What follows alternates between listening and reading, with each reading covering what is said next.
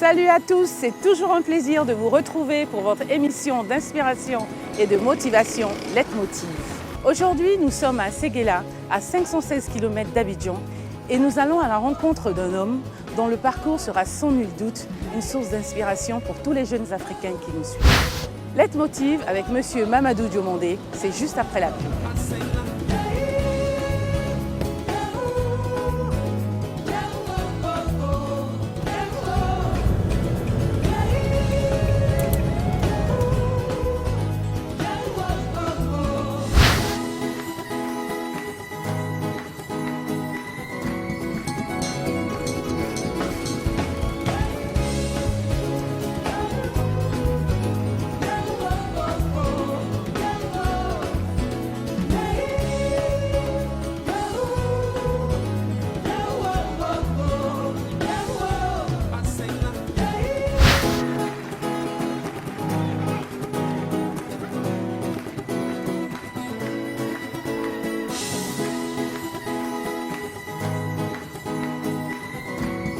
Monsieur Diomandé Mamadou, bonsoir. Bonsoir Corinne. Merci de nous recevoir chez vous à Séguéla, plus précisément dans votre village à Ateguela. Ok, merci, soyez la bienvenue. Merci encore. Alors, vous êtes un digne fils de Séguéla, mais aussi de la région. Vous êtes né à Touba dans une famille de 25 enfants et vous faites votre primaire à l'école catholique de Séguéla. Aussi loin que vous puissiez vous en souvenir, comment se passe votre enfance et votre cursus scolaire? Ok, d'abord vous l'avez dit, je suis né d'une famille nombreuse. J'ai fait mon cycle primaire à l'école catholique de Séguéla, bien que je sois d'une famille musulmane. Tout simplement parce que mon père était convaincu que les écoles confessionnelles donnaient la meilleure formation. Donc, comme tous mes frères et sœurs, nous sommes passés par les écoles confessionnelles. Mon enfance a été plus ou moins heureuse et avec beaucoup d'insouciance parce que mon papa avait une famille assez élargie, de nombreuses femmes, beaucoup d'enfants. Et donc voilà, donc c'est le souvenir que j'ai. Vous avez tous eu la chance d'aller à l'école? Oui, tous, sans exception. Ça, c'est fabuleux quand même. Voilà. Alors, les années d'après, vous faites le lycée moderne de Séguéla, oui, le lycée technique de Boaké, oui, puis l'école nationale supérieure des travaux publics avant d'embrasser votre premier emploi au Bénin. Tout à fait. Alors, comment se passent vos premiers pas dans le milieu professionnel? Ok, je commence par un stage et une opportunité se présente. L'USAID finance un projet pilote à Arboisseau, donc à l'intérieur du pays. Il faut quelqu'un pour suivre. Et comme j'étais en stage, je suis choisi pour aller faire cette première expérience. Et j'avoue que c'est une expérience marquante parce que j'étais encore tout jeune et je me retrouve vraiment au milieu des populations défavorisées, des populations à faible revenu, et puis des gens qui sont presque dans la détresse parce qu'ils ne savent pas quel sort on leur réserve. C'est un vaste quartier précaire, ils n'ont pas de titre de propriété, ils n'ont pas une assise légale. Les informations qui viennent sont quelquefois contradictoires, ils pensent qu'ils seront tous expulsés et mon rôle est de rassurer toutes ces populations qui sont pour la plupart plus âgées que moi. Et je me retrouve pratiquement à me lier d'amitié avec eux, à être dans leur confidence, à partager quelquefois leurs peurs, leurs craintes. Et donc ça m'a forgé. Donc ça a été vraiment une expérience très enrichissante.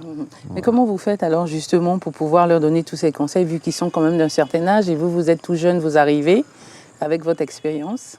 Ok, d'abord, je viens de vous dire que je suis issu d'une famille nombreuse, donc je suis habitué à être dans la masse. Donc je me retrouve avec des gens qui ne sont pas très loin de ceux que j'ai vraiment connus toute mon enfance.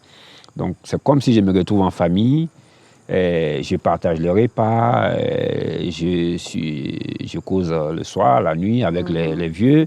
Et donc je fais les causes pratiquement pour leur combat. Et c'est pourquoi je dis que ça m'a transformé, ça m'a rapproché de plus en plus des populations défavorisées.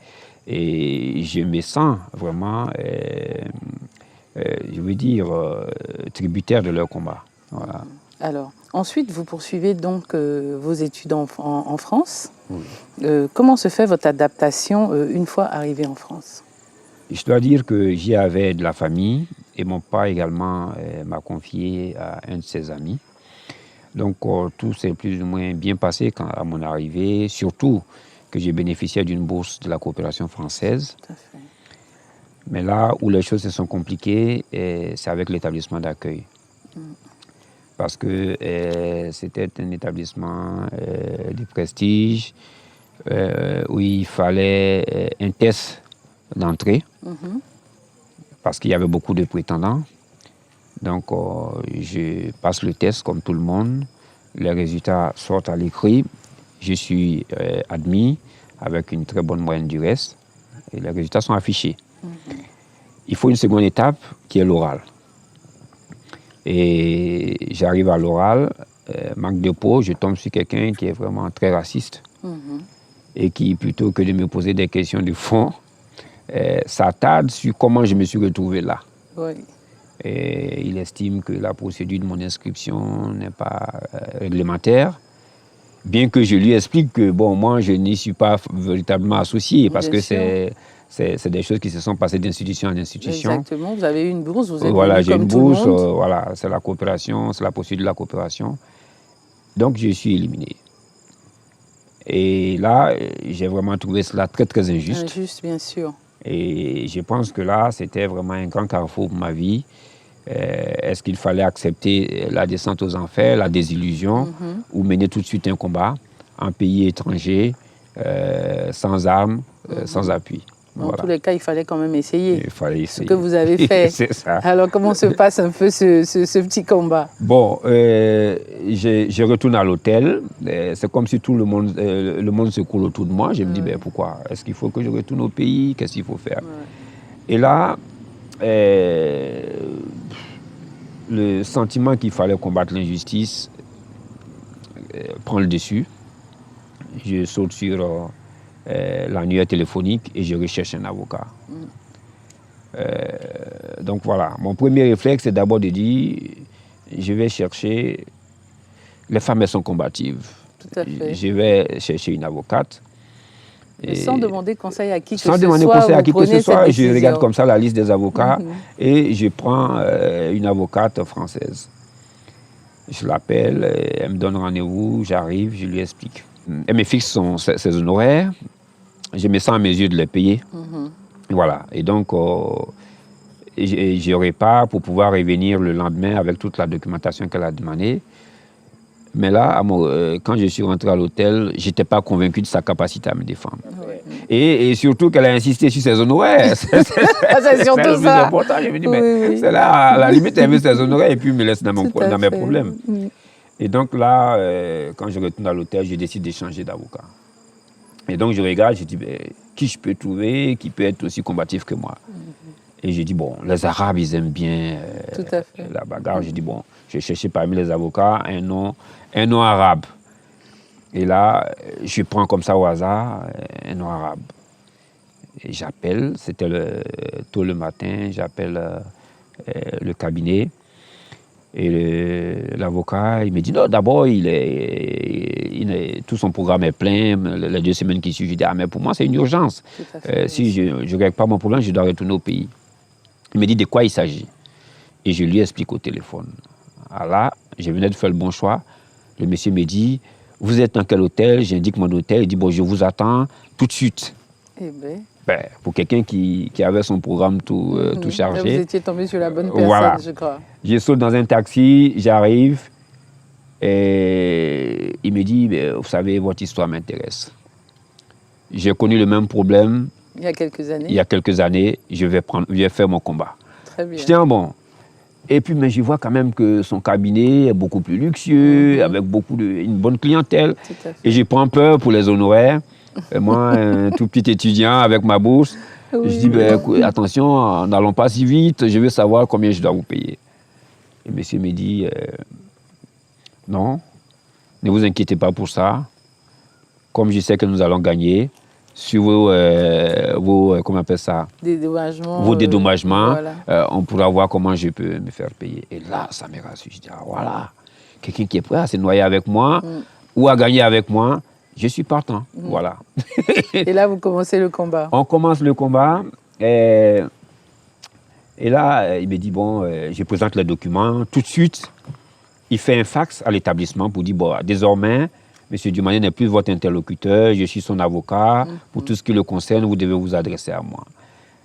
Et je ne sais pas si l'institution le connaissait vraiment en tant qu'avocat, et ils veulent négocier. Elle lui dit, ah non, pas de négociation. Et moi, je commence à prendre peur des enjeux. Je dis, oh, on peut négocier. C'est pas possible. Mais lui, il ne voulait pas. Il dit, non, non, pas de négociation. Et il coupe l'appel. Et là, il me dit, bon, il faut que tu reviennes.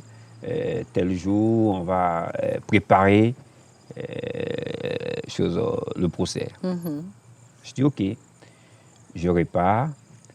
Et j'explique à mon tuteur, l'ami à mon père, ce qui se passe. Il me dit, ah non, non, non, tu ne peux pas venir chez les Blancs et puis leur faire un procès. C'est pas possible, ça ne marche pas comme ça. Je dis, bon, d'accord, j'ai compris, je vais à l'hôtel. Et néanmoins, j'ai vu un rendez-vous de l'avocat. Il me dit, bon, on va préparer le procès. Et il me dit, bon, voilà. Il me pose quelques questions, il me dit, voilà les réponses qu'il faut donner. Et là, il me dit, mais pour qu'on gagne un gros dédommagement, il faut que tu dises qu'il y a un très gros poste qui t'attendait après cette formation. Et à cause d'eux, vous n'avez pas pu faire la formation. Vous n'allez pas avoir le poste. Mais avant toute chose, avant d'aller au combat, allons-y choisir une autre école où vous pourrez avoir une formation plus ou moins similaire. Parce qu'il ne fallait pas rater ça. Il ne fallait pas rater la bourse et tout. Et puis, nous allons lancer le combat. Et puis, je dis, mais écoute, on ne m'a rien promis du tout au pays. Il dit, si, on vous a promis un très gros poste. Il dit, ah non, non moi, je ne vais pas mentir. Hein. Donc, voilà. Et là, on discute. Il me dit, bah, c'est ça ou bien je ne vous défends pas. Donc, il fallait rentrer dans son jeu. Voilà, c'était très, très gros poste, avec une grosse rémunération. Et à cause d'eux, on rate tout ça. Bon, je dis, bon, d'accord, j'ai compris. Et là, je ressors quand même assez perplexe. Parce que vraiment, je ne voulais pas mentir. Je retourne encore chez mon tuteur, je lui explique. Il me dit, ah non, on arrête là. Allons, on va te choisir une autre école. Ta bourse, on peut prendre une autre école et tout ça. Et je vais, on choisit une autre école.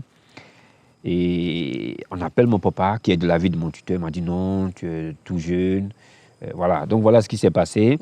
Mais je suis allé m'inscrire. Vous avez quand même essayé. Voilà, j'ai essayé. Mais ça commençait à prendre une ampleur qui m'a effrayé. Surtout que tous ceux qui pouvaient me remonter moralement ont fui le combat. Oui, non, mais je pense en fait pour ces personnes, c'est que vous étiez venus dans un but bien précis. C'était passer vos diplômes et puis rentrer justement. Donc il ne fallait pas perdre de temps. Mais l'avocat, il a passé au moins un mois, il m'appelait tout le temps. Il m'a dit, oui, mais je vous dis que ça c'est gagné d'avance. Eh bien, dis donc. Oui, je suis convaincu. Parce que toute la procédure est légale. Vous avez eu votre test écrit. Lui, il avait eu un dossier en béton. Voilà. Tout à fait. Voilà. Et donc là, vous trouvez donc une autre école, vous vous inscrivez. J'ai trouvé une autre école et puis j'ai fait ma formation. Vous commencez, comment ça se passe? Très bien, tout se passe sans embûche. Alors, quels sont les diplômes que vous obtenez à cette époque et quels ont été les moments les plus marquants de vos études en France? Ok, d'abord un diplôme d'organisateur que j'ai complété par la suite par un 3e cycle en organisation, encore un cycle préparatoire doctoral, puisqu'en ce moment la France changeait un peu de système. Et ensuite, j'ai fait un master spécialisé de la conférence des grandes écoles en ingénierie des projets internationaux. Et un autre diplôme de 3e cycle de relations internationales approfondies. Et enfin, des études de sociologie, voilà, à l'université de Mbane-la-Vallée. Alors, en 1979, vous êtes donc de retour en Côte d'Ivoire, où vous réintégrez en tant que chargé d'études d'urbanisme une grande structure de l'État qui s'occupe des travaux publics. Racontez-nous un peu quelles étaient les tâches qu'on vous confiait. Ok, il s'agissait notamment de faire des plans directeurs d'urbanisme, des documents de planification, penser un peu le futur des villes. Donc c'est ça. Donc il s'agissait dans la pratique d'aller faire des investigations sur le terrain, voir les potentialités de la ville et puis voir comment ces villes-là pouvaient se développer et voir quels sont les projets qu'on pouvait initier. Après, là, vous restez combien de temps à ce poste? Oh, on va dire encore 5 bonnes années. 5 années Voilà, encore. c'est une bonne année. Alors, à quelques temps après, vous changez de service, Oui. toujours dans cette même structure, et sans le savoir, vous allez poser les bases de votre future vie d'entrepreneur.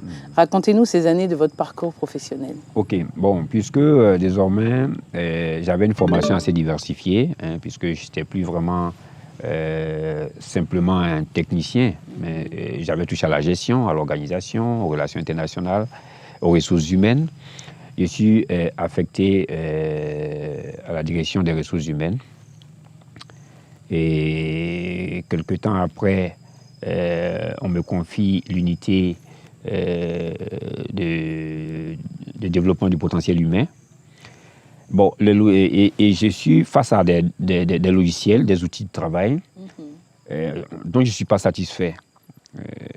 J'ai notamment un logiciel que je trouve assez limité.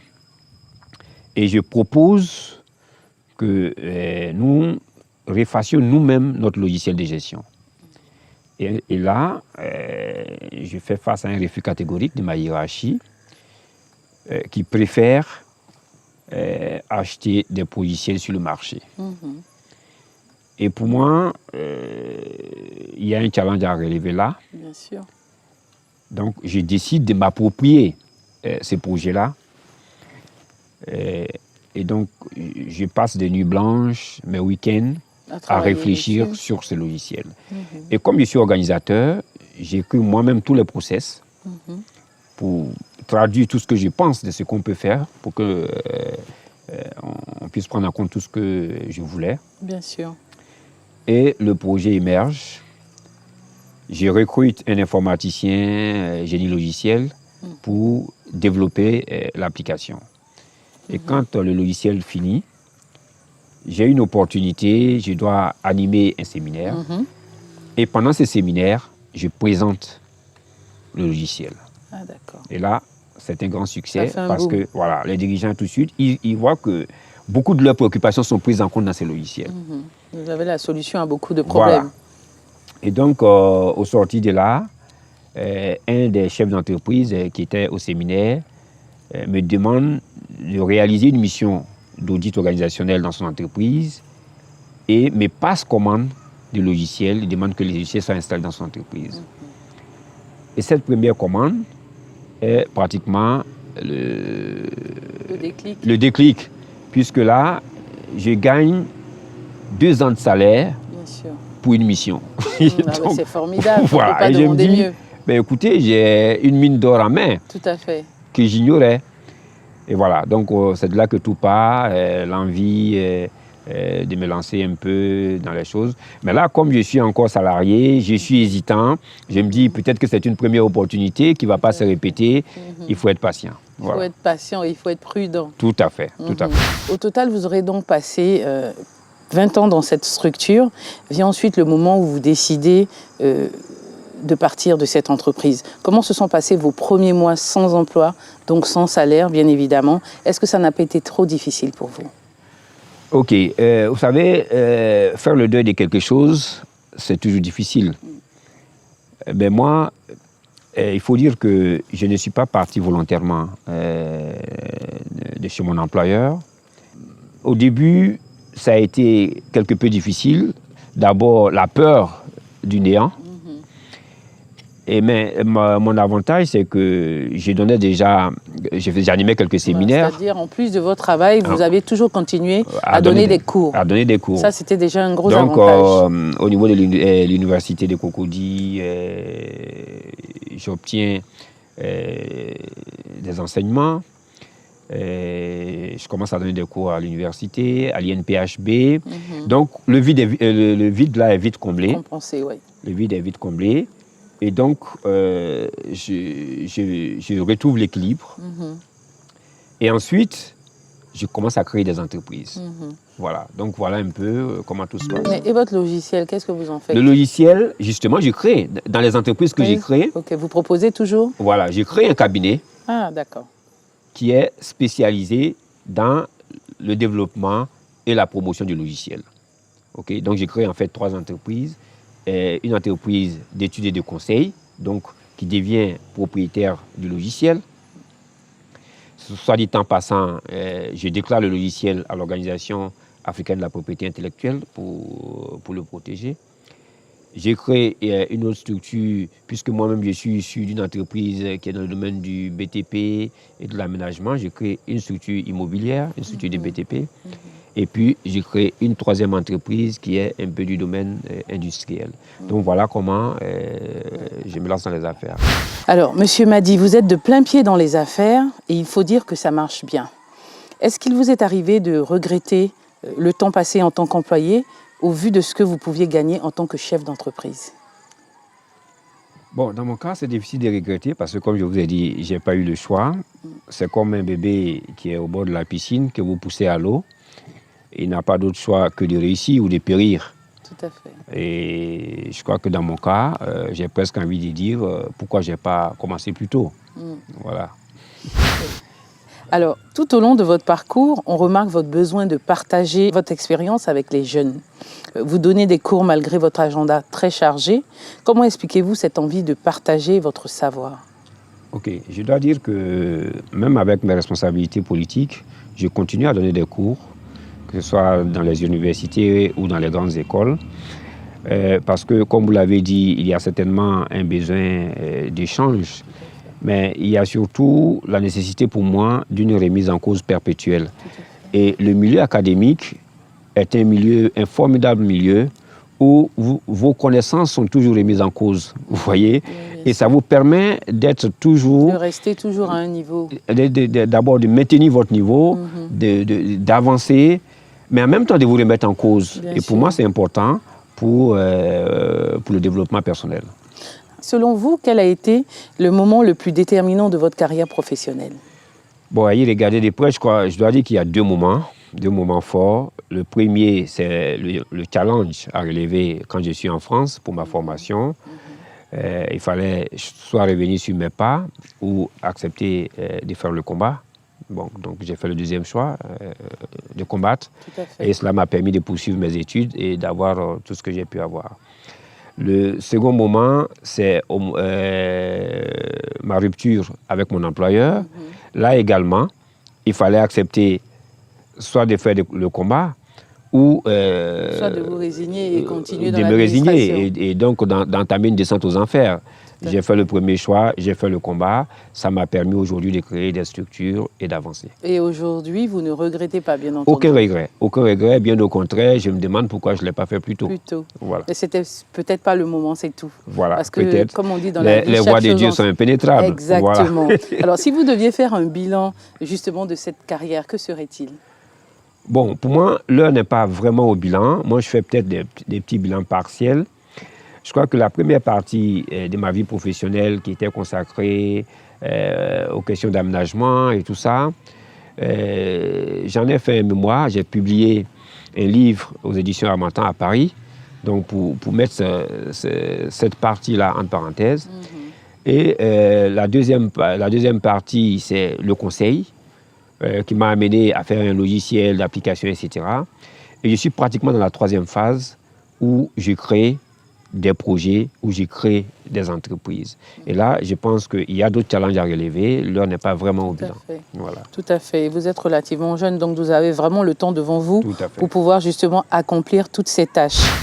Monsieur Diomandé m'a dit justement, quel conseil pourriez-vous donner à tous ces jeunes téléspectateurs qui vous regardent et qui aimeraient aussi entreprendre? D'abord, l'entrepreneuriat, c'est une expérience exaltante, mais s'aimer de beaucoup d'embûches. Donc, il faut s'armer de courage. Et quand on va à un combat difficile, il faut se donner également les meilleurs atouts. Donc, à chaque fois qu'on peut se parfaire, à chaque fois qu'on peut diversifier ses connaissances, c'est toujours bon. Parce que quelquefois, on peut avoir besoin de telle ou telle corde. Et donc, c'est ce que je peux donner comme conseil. Beaucoup de courage, beaucoup d'abnégation. Surtout avoir de la conviction dans ce qu'on fait. Parce que c'est la conviction qui nous porte. C'est la conviction qui nous permet de supporter les difficultés. Voilà, donc c'est important, avoir de la conviction et avoir du courage. Merci pour vos conseils, Ok, Monsieur merci. Diomandé. Malheureusement, Monsieur Madi, le temps qui nous est imparti touche à sa fin. Nous donnons rendez-vous à nos téléspectateurs la semaine prochaine pour la suite et fin de cette émission qui vous est consacrée ici à Séguéla. Que Dieu vous garde.